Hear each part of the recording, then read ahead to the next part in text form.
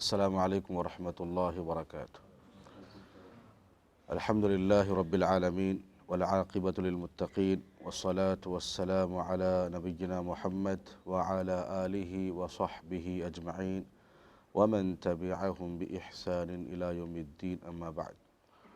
اعوذ باللہ من الشیطان الرجیم وَلِتُكْمِلُوا الْعِدَّةَ وَلِتُكَبِّرُوا اللَّهَ عَلَى مَا هَدَاكُمْ وَلَعَلَّكُمْ تَشْكُرُونَ۔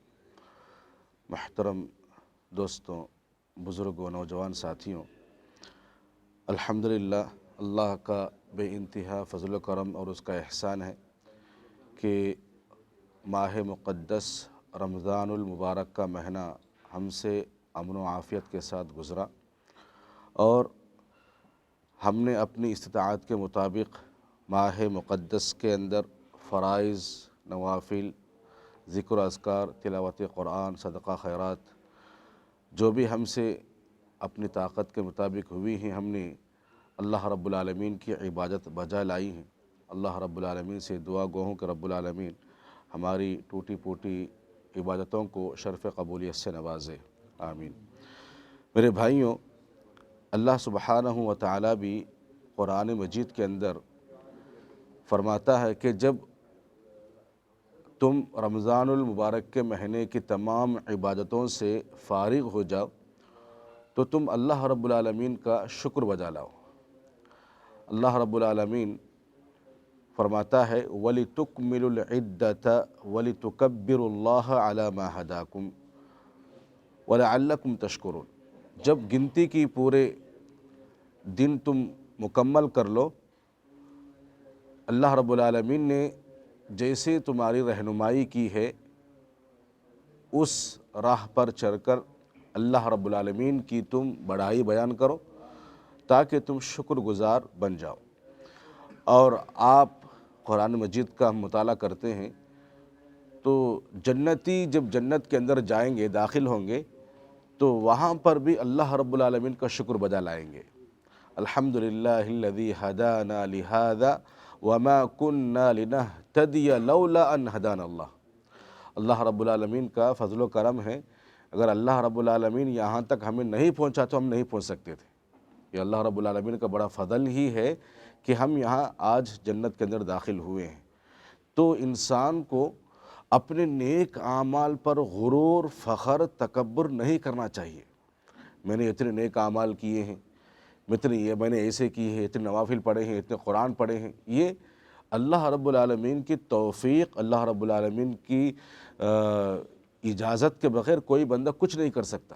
تو مجھے اور آپ کو اگر کوئی نیک اعمال کرنے کا موقع ملا ہے تو یہ اللہ رب العالمین کی توفیق ہے۔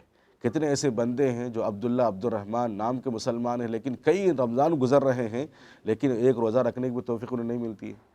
ہم روزہ بھی رکھتے ہیں، نوافل بھی پڑھتے ہیں، صدقہ خیرات بھی کرتے ہیں، تلاوت بھی کرتے ہیں، یہ اللہ رب العالمین کی توفیق ہے۔ اور جیسے اللہ رب العالمین نے ہمیں توفیق دی ہے تو جہاں ہم نیک اعمال کرتے ہیں تو نیک اعمال کی قبولیت کی فکر بھی ہونا چاہیے۔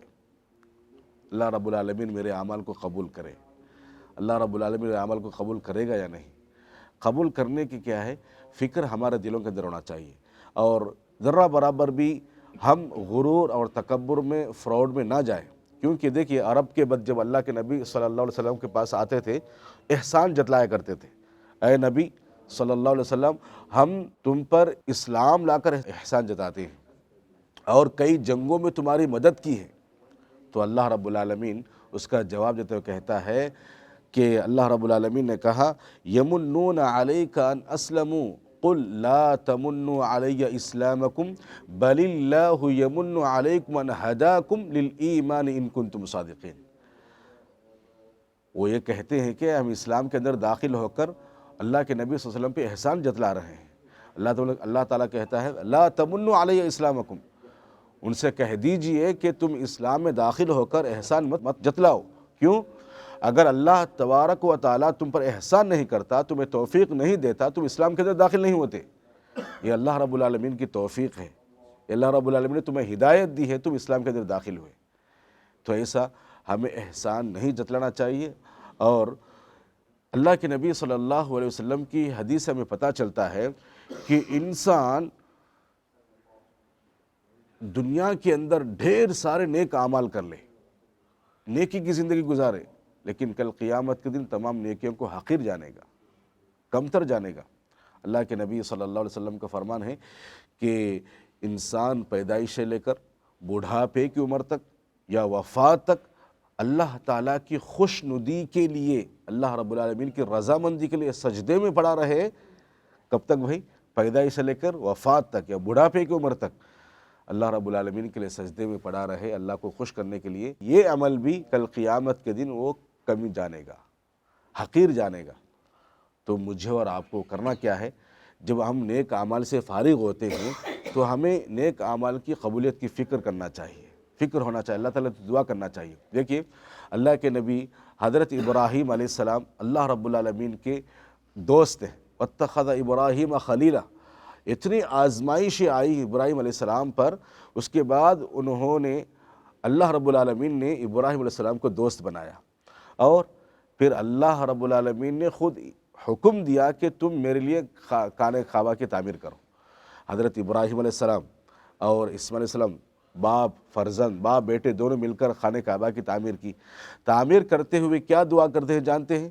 اللہ کی طرف سے حکم ملا انہیں کہ اللہ تعالیٰ قبول نہیں کرے گا، پھر بھی وہ کیا کرتے ہیں؟ ربنا تقبل منا انک انت السمیع العلیم، ربنا تقبل منا انک انت السمیع العلیم۔ ادھر تعمیر کر رہے ہیں اور زبان سے دعا ہے، تعمیر کر رہے ہیں زبان سے دعا ہے۔ تو یہ کیا ہے کہ ہمیں بھی نیک اعمال کرتے ہوئے اللہ سے دعا کرنا چاہیے کہ اللہ یہ جو نیک اعمال ہو رہے ہیں اس میں پہلی چیز اخلاص عطا فرما اور ہم سے قبول فرما۔ تو یہ چند باتیں تھیں، انشاءاللہ کل کے درس میں بقیہ باتیں بتائی جائے گی۔ تو ہر انسان کو عمل کرنے کے بعد عمل کے قبولیت کی فکر کرنا چاہیے۔ اللہ رب العالمین سے دعا ہے کہ رب العالمین مجھے اور آپ کو کہی سنی باتوں پر عمل پیرا ہونے کی توفیق عطا فرمائے، اور اللہ رب العالمین ہم تمام لوگوں کے نیک اعمال کو شرف قبولیت سے نوازے، آمین۔ السلام علیکم ورحمۃ اللہ وبرکاتہ۔